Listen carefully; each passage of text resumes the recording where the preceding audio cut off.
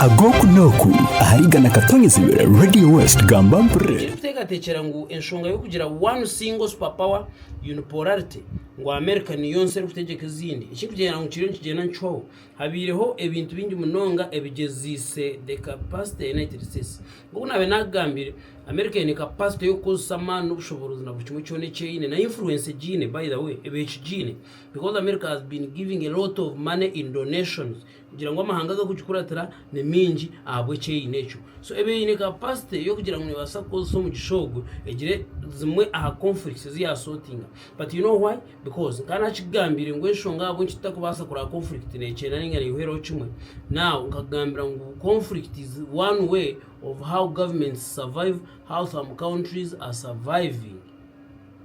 Uburyane ni kimwe binte bikuretera amahanga gabo ngo gari kandi ninga business ati gana chikuburuze washangiye ngana dukora nuclear weapons dukora tanka dukora inyonyi zendwa dukora mbunu n'amasasi n'ibindi byona za grenade no yangu bamba kore I mean they are weapons of war ziteko koresi bw'umuruta mbosha tubwire Abraham wona kubara preaching engine y'obusinge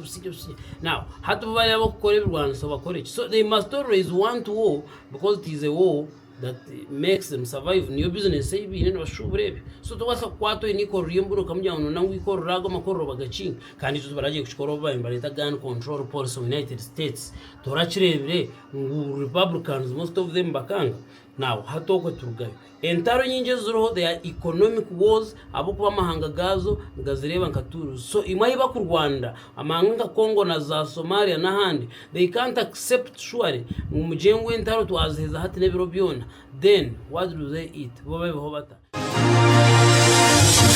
Agoku N'oku aharigana katonyeza ibere Radio West gamba mpre